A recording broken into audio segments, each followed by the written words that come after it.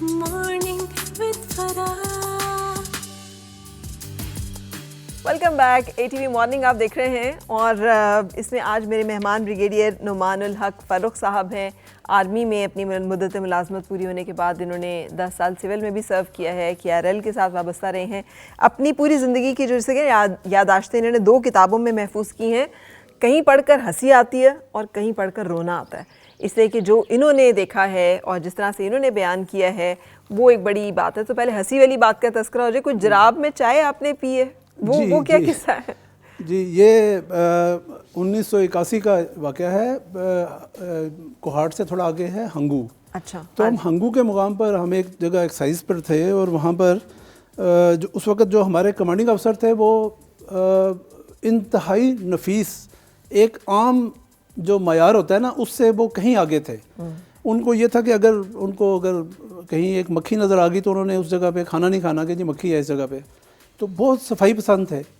ہم بھی ان کی صفائی پسندی کی وجہ سے بلکہ تنگ تھے, ہم بڑے پریشان رہتے تھے کہ یار ان کو, تو وہ کہیں جاتے تھے چائے نہیں پیتے تھے, کہیں ہاتھ نہیں لگاتے تھے, برتن صاف نہیں ہوں گے. تو میں ایک وہ جو آبزرویشن پوسٹ ہوتی ہے پہاڑ کے اوپر, ہم نے ایک جیسے آبزرویشن پوسٹ کہتے ہیں, میں چونکہ تعلق میرا توپ خانے سے ہے جی, تو وہاں پر میں ایک ینگ افسر کے طور پر وہاں میرا تعینات تھا. تو مجھے پتہ چلا کہ جی وہ کرنل صاحب آ رہے ہیں, اور وہ میں چونکہ پہاڑ کے اوپر تھا, نیچے سے ان کے اوپر آنے میں کوئی 1.5 سے 2 گھنٹے لگتے تھے. تو میں نے اپنی بریفنگ وغیرہ تیار کر لی. تو ایک لڑکا میرے ساتھ تھا, اس کو جو ایڈمن کے کام شام کرتا تھا, اس نے مجھے کہا کہ چائے سر بنا لوں. میں کہا نہیں, چائے نہیں, کرنل صاحب نے چائے نہیں پینی, کیونکہ مجھے پتا ہے کہ کرنل صاحب بہت صفائی پسند ہے. ادھر تو برتن بھی گندے ہیں اور ہر چیز ہے, تو وہ نہیں پئیں گے. ٹھیک ہے. تو خیر جب کرنل صاحب آتے ہی انہوں نے تعارف سب کا کرایا, تم کیا کر رہے ہو, تم کیا کر رہے ہو. وہ لڑکا اس سے پوچھا, اس نے بتایا کہ میں ایڈمن کی ڈیوٹی کر رہا ہوں. ساتھ ہی پوچھا سر چائے پئیں گے. تو غیر متوقع طور پہ چونکہ سردی بھی تھی, کرنل صاحب نے کہا ٹھیک ہے بنا لو. اس نے چائے بنانی شروع کر دی, میں نے اپنا بریفنگ شروع کی. اب ایک ایسا لمحہ آیا کہ میں ان کو سامنے جو میدان ہے اس کے بارے میں بریفنگ دے رہا ہوں کہ یہ فلاں جگہ یہ چیز ہے, فلاں یہ ہے. اس دوران وہ کوئی چیز انڈیلنے کی, پانی جس طرح انڈیلتے ہیں تو اس کی آواز آئی, تو بے اختیار میری نظر ادھر اٹھی اور کرنل صاحب کی نظر بھی اٹھ گئی. اچھا. تو ہم نے جو منظر دیکھا وہ بڑا خوفناک تھا. اچھا. وہ میرا جو سپاہی جو تھا اس نے ایک جراب ہاتھ میں پکڑی ہوئی تھی اور اس کے اندر وہ چائے ڈال کے نیچے اس نے مگ رکھا ہوا تھا. تو مگ میں وہ سٹینر کے طور پر وہ جراب کو استعمال کر رہا تھا. کیا اچھا سٹینر ہے ویسے. تو ابھی میں تو بڑا ڈر گیا کہ ابھی کرنل صاحب تو ابھی چھوڑیں گے نہیں اس بات پہ, کیونکہ وہ تو پہلے بڑے صفائی پسند ہیں. تو میں اگر آپ اجازت دیں میں پڑھ دوں جو میں نے تھوڑا سا. پلیز. ایک جانب میں نے اپنی بریفنگ کا سلسلہ شروع کیا, تو دوسری جانب ڈرائیور فتح نے چائے بنانے کے لیے کیتلی مٹی کے تیل سے چلنے والے سفری چولہے پر رکھی. خلاف توقع کرنل صاحب کا موڈ خاصا خوشگوار تھا. انہوں نے اپنی سابقہ شہرت کے برخلاف بریفنگ کے دوران مجھے ٹوکنے کی بجائے میرے جوش و جذبے کو سراہتے ہوئے OP کے انتخاب اور تیاری کی تعریف کی.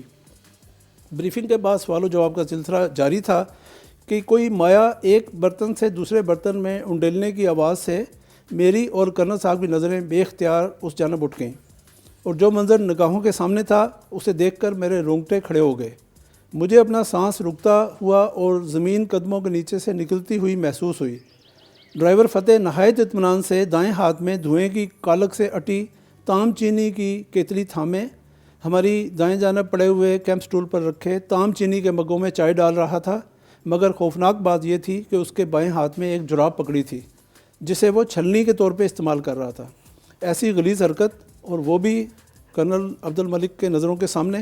مجھے ڈرائیور فتح کے ساتھ ساتھ اپنا مستقبل بھی تاریک ہوتا نظر آیا. اس مکروہ حرکت کی کوئی بھی قابل فہم توجیہ تراشنا ممکن نہ تھا, اس لیے کرنل صاحب سے معذرت کرتے ہوئے زور سے چلا کر ڈرائیور فتح کو کیتلی اور مگ اٹھا کر وہاں سے غائب ہو جانے کا کہا. لیکن کرنل صاحب نے ہاتھ کے اشارے سے مجھے خاموش کراتے ہوئے ڈرائیور فتح کو چائے کا مگ لے کر اپنے قریب آنے کا حکم دیا. مجھ سمیت ساری OP پارٹی جلد و جلالتو کا ورد کرتے ہوئے کرنل صاحب کی جانب انتہائی سخت احکامات کی منتظر تھی، لیکن توقعات کے قطعی برخلاف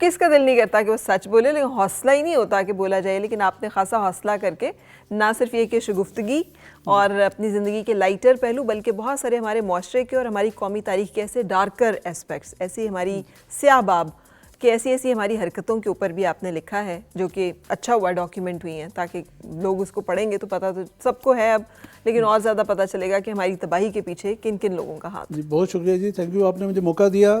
میری خواہش ہے کہ لوگ اس کو ایک صرف وہ کتاب, یہ کوئی میں نے کوئی فکشن تو یا کوئی کہانی تو نہیں ہے, یہ سارے وہ واقعات ہیں جس کا یا تو میں خود حصہ تھا یا میں نے اس کا خود اپنی آنکھوں سے دیکھا ہوتے ہوئے. چشمدید گواہ ہیں آپ. تو مجھے یہ بڑی خواہش تھی کہ میں اس کو ڈاکومنٹ کر دوں تاکہ یہ چیزیں وہ کم سے کم ریکارڈ میں رہیں اور ہمارے ساتھ ختم نہ ہو جائیں. جی بالکل. تو جی بہت شکریہ, آپ نے مجھے موقع پرووائڈ کیا. اس آپ کے پروگرام کی وساطت سے مجھے یقین ہے کہ بہت سے مزید پڑھنے والوں کا اضافہ ہوگا انشاءاللہ. Thank you very much, that is the very reason کہ ہم کوشش کرتے ہیں کہ ہم وہ کریں. Thank you very much for joining اس. جی تھینک یو, بہت تشریف شکریہ. لانے کے لیے. اچھا جی, آج ہم چاہیں گے کہ کچھ انفارمیشن بھی آپ کے ساتھ شیئر کریں, کیونکہ اللہ تعالیٰ کی جو نعمتیں ہیں ان میں سے ایک نعمت پاکستان کے 4 موسم, جن میں سے ایک آج کل جاڑوں کا, سردیوں کا زور ہے, لیکن اس میں بہت ساری سوغاتیں بھی ہیں, قدرت کے تحفے بھی ہیں. ان سے کیسے فائدہ اٹھانا ہے اور کن چیزوں کے ساتھ ہم نے اپنی جسم کی ڈیفیشنسیز پہ کور کرنا ہے, خاص طور پہ وٹامن بی کے حوالے سے آج ہم بات کریں گے. لیکن اس سے پہلے ہم رکیں گے ایک بریک کے لیے. اور مل کے گنگنائے ہیں گمشدہ جو خوشیاں ساری وہ ڈھونڈ لائے, آؤ پھر سے مسکرائے. Morning with Farah.